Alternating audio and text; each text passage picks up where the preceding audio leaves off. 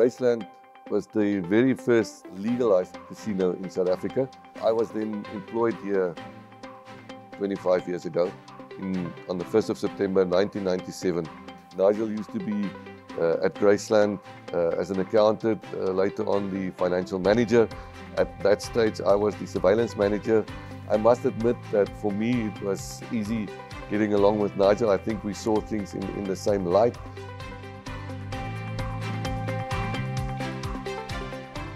I'm glad Peter became a GM. Ultimately, he's always had this incredible passion for Graceland. Yeah, we just kind of had to hold down the fort and, like I said, figure things out. So yeah, really worked well with him. Going back, my career started at Graceland. My first casino job started 1st of Jan 1999. But it was something like new and exciting. And if you think back for those that didn't work in the industry, it was always this really fun, naughty, happening industry of things that were going on. I've met Mr. Billy Gray. Mr. Billy Gray used to work for the MER, now MER, but then it was the NGB, which was the Mpumalanga Gambling Board. I know for a fact that Mr. Gray was over here on the day that we received our license from the board, and that morning we were still scurrying around because there were an issue about the demarcation of the gaming floor.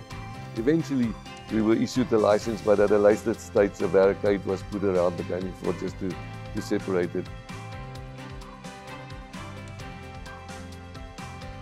My role in those days was compliance and licensing, which was very different to what people were used to. So Mpumalanga basically took the lead out of all provinces to push the legislation through.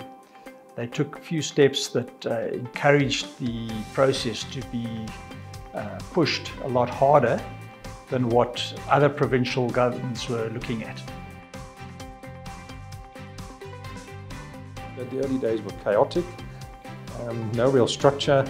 People didn't know how things stuck together. You were just trying to keep the doors open and keep the people in. I mean, people were flooding in. It was just so busy and a lot of fun.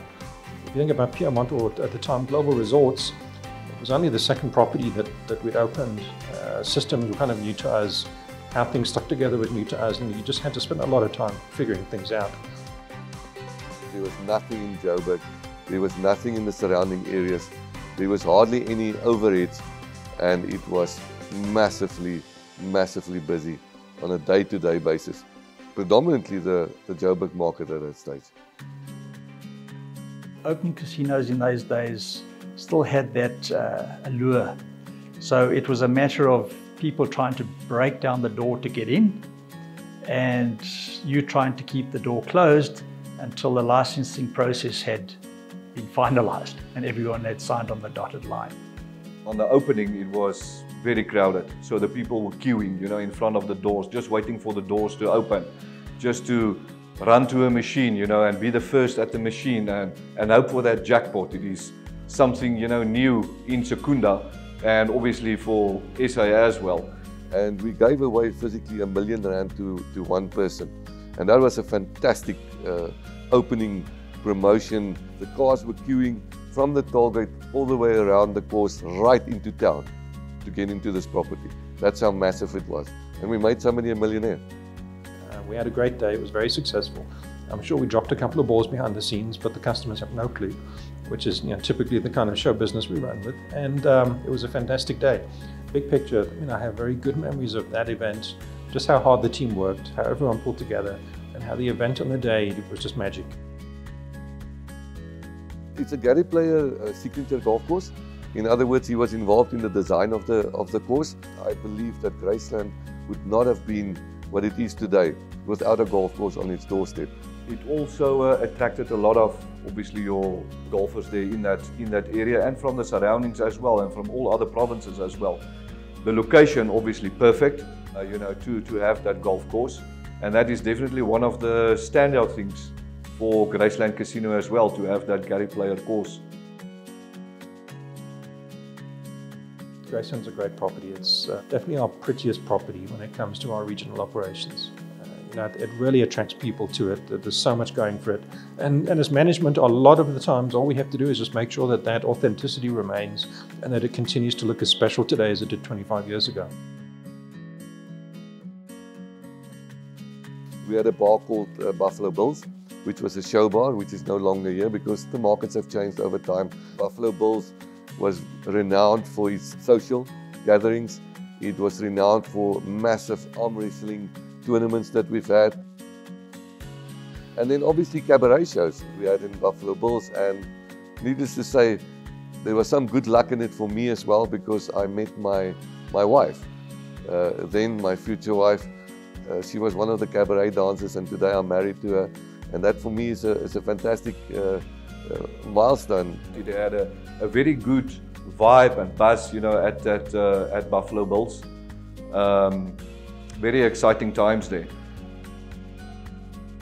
So we've had Miss South Africa's here, we've had beauty pageants here. We've had artists, South African and some other international artists here in the arena. We brought Chris de Burgh all the way to South Africa, believe it or not. He was in the arena, he performed in the arena.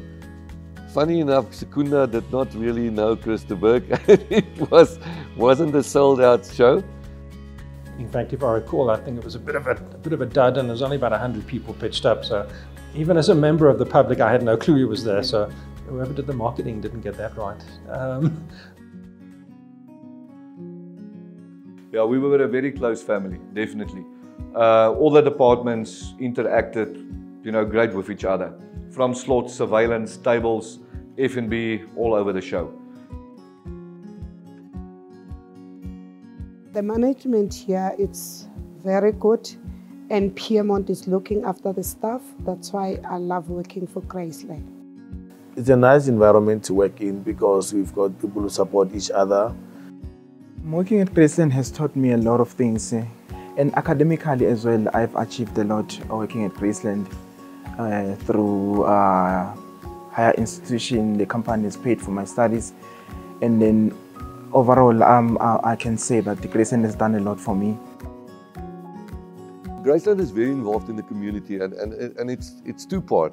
Number one, we've got CSI initiatives from Graceland itself, and then we've got a trust where we've got also initiatives within the community. We physically put a lot of money back into the community on a yearly basis. The community see what we do, and they're fond of the resort.